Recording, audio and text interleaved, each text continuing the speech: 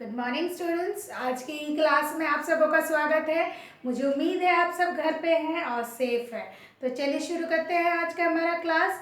हम लोगों ने इससे पहले लैंग्वेज अक्रॉस द करिकुलम के बहुत सारे जो पॉइंट्स थे उसको हम लोगों ने डिस्कस कर लिया है। आज हम लोग जानेंगे प्रोसेस ऑफ लैंग्वेज लर्निंग के बारे में, यानी कि भाषा अधिगम की प्रक्रिया। भाषा अधिगम की प्रक्रिया क्या है उसके बारे में पहले हम लोग जान लेते हैं, उसके बाद इसके जितने भी पॉइंट्स हैं इसको हम लोग डिस्कस कर लेंगे। तो चलिए शुरू करते हैं आज का हमारा क्लास। सबसे पहले देखते हैं, कोई भी व्यक्ति किसी भाषा का अथवा किसी विषय के विभिन्न प्रकरणों से किसी तरह ज्ञान अर्जित करता है। यानी कि हम सब जानते हैं कि कोई भी व्यक्ति अगर इस दुनिया में आता है तो वो ज्ञान अर्जित करने के लिए कोई भी भाषा का इस्तेमाल करता है या फिर किसी भी विषय से वो ज्ञान अर्जित करता है। यही भाषा अधिगम की प्रक्रिया कहलाता है। यही जो है इसे ही हम लोग प्रोसेस ऑफ लैंग्वेज लर्निंग कहते हैं। वो किसी भी माध्यम से भाषा को अर्जित कर लेता है या फिर ज्ञान प्राप्त करता है, उसी को प्रोसेस कहते हैं। नेक्स्ट है, अधिगम की प्रक्रिया को प्रेरणा का परिणाम भी कहा जाता है। अधिगम की प्रक्रिया जो है उसको क्या कहा जाता है? प्रेरणा का परिणाम भी कहा जाता है। यानी कि वो प्रेरित होते हैं तभी जाके वो कुछ सीखते हैं या फिर ज्ञान अर्जित करते हैं। तो एक तरह से क्या हुआ, जब तक वो मोटिवेट नहीं होते हैं तब तक उसे सीखने के लिए वो तैयार नहीं रहते हैं। तो एक तरह से क्या है, अधिगम की प्रक्रिया जो है वो प्रेरणा का परिणाम भी कहा जाता है। प्रेरित हुए तभी वो सीखे हैं। सपोज फॉर एग्जांपल आप अगर कहीं और जाते हैं, भारत में कहीं और जाते हैं, साउथ में ही जाते हैं, तो डेफिनेटली आपको अगर वहाँ रहना पड़े, वहाँ जॉब करना पड़े तो आपको वहाँ की भाषा सीखनी पड़ेगी। तो मे बी आप नेगेटिव वे में मोटिवेट होके या फिर पॉजिटिव वे में मोटिवेट होके उसको सीखते ज़रूर हैं। तो ये क्या है, ज्ञान अर्जित करते हैं। तो ये क्या है, अधिगम की प्रक्रिया को प्रेरणा का परिणाम भी कहा जाता है, जिसकी वजह से परिणाम से ही आप सीख पाते हैं। नेक्स्ट है, भाषा अधिगम अनिवार्य रूप से एक सृजनात्मक प्रक्रिया है। भाषा अधिगम क्या है, एक तरह से एक रूप से सृजनात्मक प्रक्रिया है, एक इनोवेटिव प्रोसेस है। इसको सीखने से एक नया तरीका, अगर आप नया लैंग्वेज सीख रहे हैं तो डेफिनेटली वो एक इनोवेटिव प्रोसेस के थ्रू ही आप उसे सीख पाएंगे। नेक्स्ट है, समय समय पर परिवर्तित होने वाली मानसिक एवं सामाजिक प्रवृत्तियों के फलस्वरूप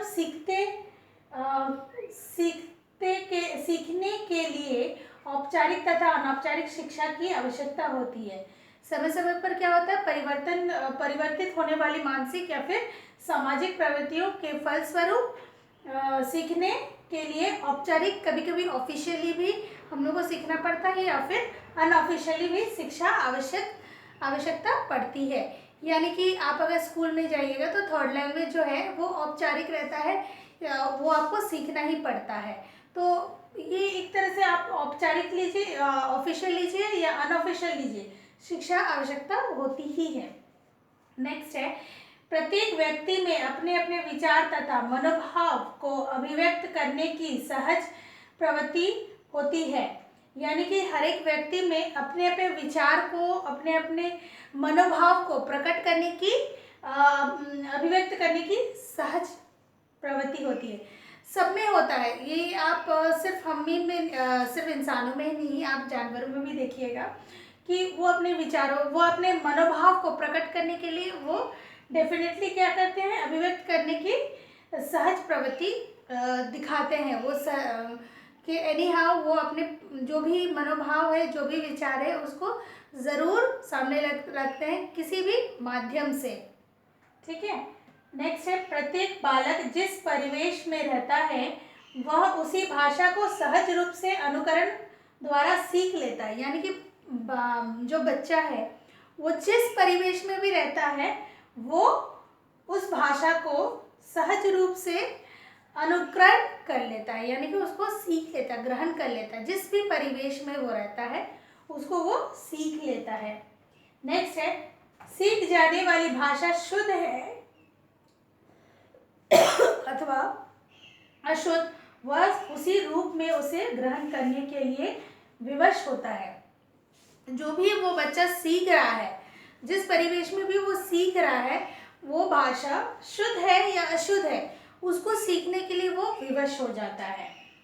नेक्स्ट है भाषा अधिगम प्रक्रिया में व्यक्तिगत भेद भी दिखाई देता है। यहाँ पे आप अगर देखिएगा तो भाषा अधिगम प्रक्रिया में व्यक्तिगत भेद भी दिखाई देता है। आप देखिएगा अलग उसका एक्सेंट जो होता है वो अलग हो जाता है। साउथ इंडियंस अगर इंग्लिश बोलते हैं या फिर जो बंगालीज होते हैं, मैं ये पर्सनली आप मत लीजिएगा, जो बंगालीज होते हैं वो भी अगर इंग्लिश या हिंदी बोलते हैं तो वो उनका एक्सेंट जो है वो अलग हो जाता है। सो वो व्यक्तिगत भेदभाव दिखाई देता है। तो आज का जो हमारा क्लास है ये प्रोसेस ऑफ लैंग्वेज लर्निंग, भाषा अधिगम की प्रक्रिया, मुझे उम्मीद है आप सबों को क्लियर हो गया है। यदि क्लियर नहीं हुआ है तो आज हम इसे क्लास में डिस्कस कर लेंगे और जितने भी डाउट्स हैं उसे हम क्लियर कर लेंगे। धन्यवाद।